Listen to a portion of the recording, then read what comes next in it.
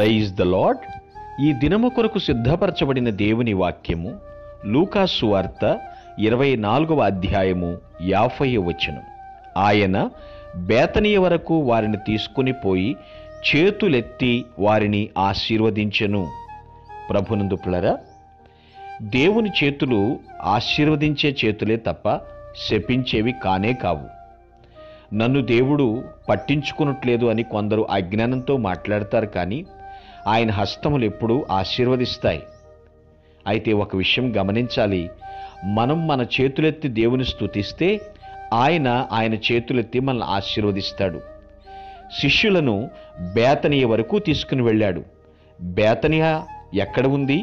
యెరూషలేముకి తూర్పు వైపున ఒలీవ కొండపైన ఉంది. బేతనియ మార్తా మరియ లాజరుల గ్రామం. అది అంటే ప్రభువు విశ్రాంతి తీసుకుంటానికి అవసరం వచ్చినప్పుడల్లా బేతనియలోని మార్తా మరియ లాజరులు నివసించే గృహానికి వెళ్ళి విశ్రాంతి తీసుకునేవారు.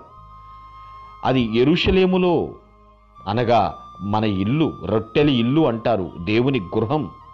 తూర్పున అనగా సూర్యోదయం, ప్రకాశమానం, కాంతి. ఒలీవ కొండ, ఒలీవ చెట్టుకి మరణమే లేదంటారు కదా. ఒలీవ చెట్లు దట్టముగా ఉన్న కొండపై ఈ యొక్క బేతనియ ఉంది. దీని అంతటి అర్థం గ్రహించండి. దేవుని హస్తములు ఆశీర్వదించే హస్తాలు ఎలా ఉంటాయి? సస్యశ్యామలమైనటువంటివి, సారవంతమైనటువంటివి. అంతేకాదు, మరణమే లేనటువంటి ఆశీర్వాదాలను దేవుడు ఇవ్వబోతున్నాడు.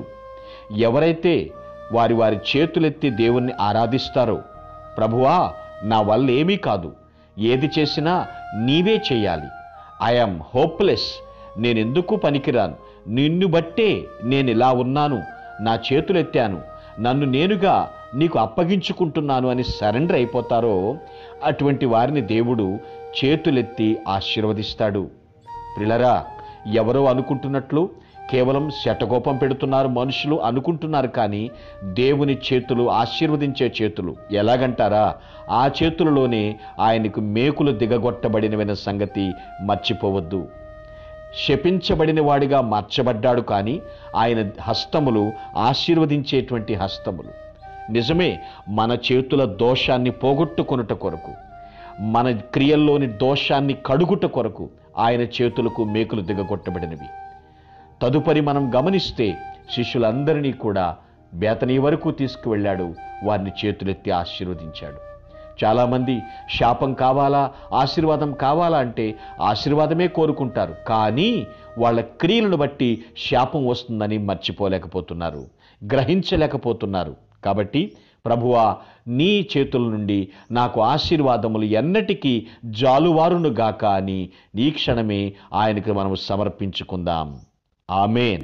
మీ కొరకు ప్రార్థించుటకు మేమెల్లప్పుడూ సిద్ధం. Praise the lord. ప్రభు నామమున మీ అందరికీ వందనములు. ఈ మా సందేశముల ద్వారా మీరు ఆశీర్వదింపబడినట్లయితే మీ తోటి వారికి షేర్ చేసి దేవుని రాజ్య సువార్తలో మీరు కూడా పాలుభాగస్తులు కావాలని ఆశిస్తున్నాం. మొదటిసారిగా ఈ ఛానల్ను చూస్తున్నట్లయితే మా ఛానల్ను సబ్స్క్రైబ్ చేయండి. వీడియోలు నోటిఫికేషన్ రూపంలో పొందుటకు బెల్ బటన్ని ప్రెస్ చేయండి. God bless you.